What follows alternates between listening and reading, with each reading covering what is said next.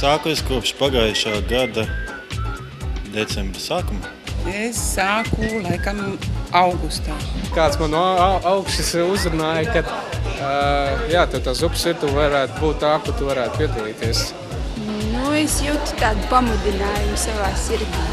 Pienāks sestdiena, tad jābrauc uz Mateju. Tik līdz es varēju sākt pievienoties, tā es tagad un kopā ar Irīti mēs jau tagad regulāri. Es jau nāku 3. sestdienu. Sadraudzības pusdienās līdz šim ir iesaistījušies no 30 līdz 40 kalpojošu cilvēku.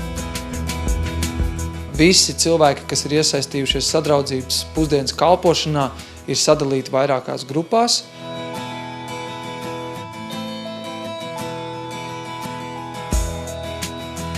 Tas sāls vairs nav tik sāļš, cukurs nav tik salds. Sadraudzības pusdienās ir iesaistījušies dažādas paudzes, dažādu vecumu cilvēki. Ir pat reizēm bērni, kas atnāk uz kalpošanu palīdzēt. Ir arī jaunieši, ģimenes cilvēki.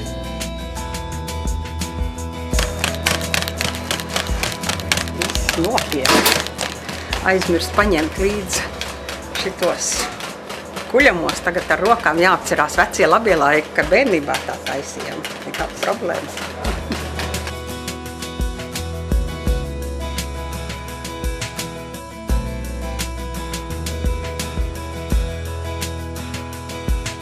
Ko es varu darīt? Ja nav savādāk līdzekļi, tad šitai es varu vismaz savu darbu, un es ar prieku un mīlestību to darām. Bieži vien, kad es dzirdēju baznīcā, kā aicina un saka, ka lai ir ziedot laiku, lūkšanas naudu, tad es domāju, naudas man nav, ko ziedot tik daudz, un tad es sapratu, ka sestdienas man ir brīvas. Es svētdienās klausījos, un tad sāku lēnam domāt, un tā augustā sāka.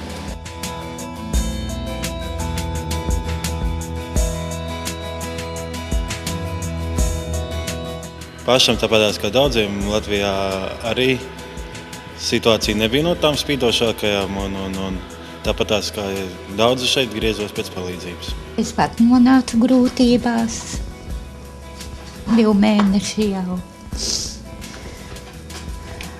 Man prieks kādam kalpot.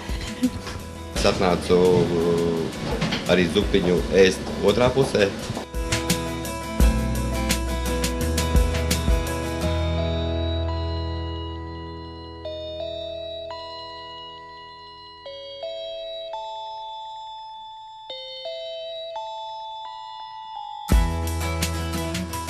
Tu esi mūsu kungs, tu esi mūsu Dievs, mūsu glābējs, tev pieder viss, tavā ziņā ir pilnīgi visu. Tad, kad Mateja draudzes sāka misijas grupu sadraudzības pusdienas, uz pirmo reizi atnāca 40 cilvēki.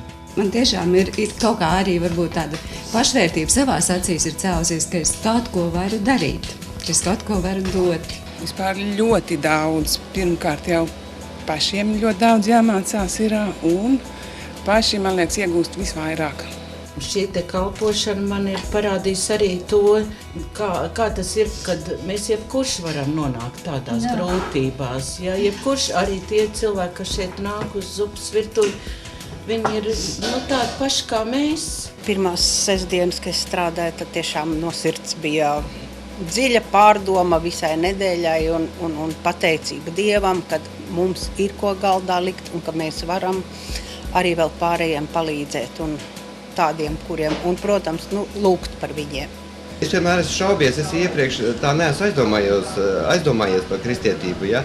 Bet tagad man jau vairāk liek ticēt tam, kad, man liekas, tas kungs ir virs mums, jo reizēm notiek arī tādi mazi, bet brīnumi notiek. Mēs viņam dodam fizisko maizi, apmieram viņam to pirmo nepieciešamību, pēc kā viņš augst, pēc kā viņš ilgojas, vienkārši paēst.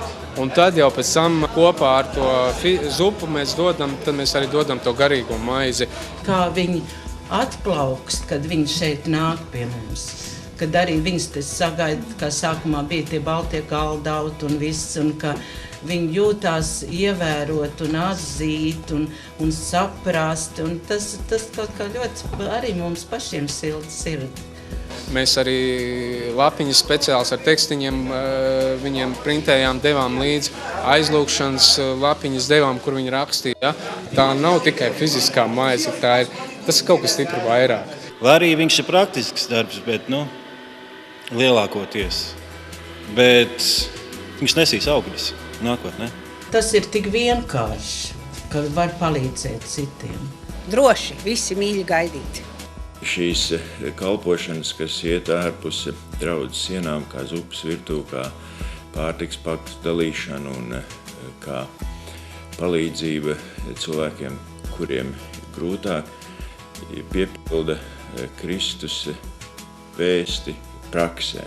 Man jau liekas, ka tas parāda mūsu patieso kristietību, jo tikai tad, kad mēs esam gatavi dalīties, ziedoties, kalpot, upurēties, tad patiesi Kristus ir redzams mūsu dzīvē.